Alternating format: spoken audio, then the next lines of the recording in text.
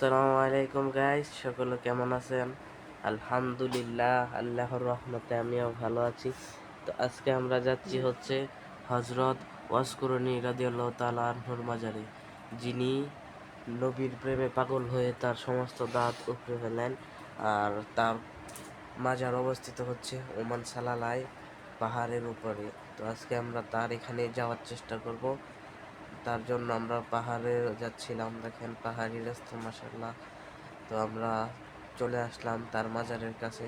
দেখেন মাজারের চারদিকে পাহাড় পাহাড় আর পাহাড়।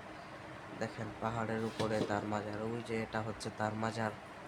দেখেন, তো আমরা যাচ্ছি তার মাজারে। দেখেন মাজার, এটা হচ্ছে তার মাজারের ঢোকার গেট। দেখেন চারপাশে কোনো বেড়া নাই, এমনি খোলা জায়গার মধ্যে। দেখেন ঢুকলাম আমি, ওই যে এটাই হচ্ছে হজরত ওয়াসকুরনির মাজার। দেখেন তিনি অতি সাধারণ একজন ব্যক্তির মতো শুয়ে রয়েছেন।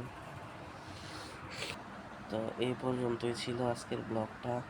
সকলে আমার জন্য দোয়া করবেন, আমার চ্যানেলটা সাবস্ক্রাইব করে পাশে থাকবেন। ইনশাল্লাহ আপনাদেরকে ভালো কিছু দেখানোর চেষ্টা করব।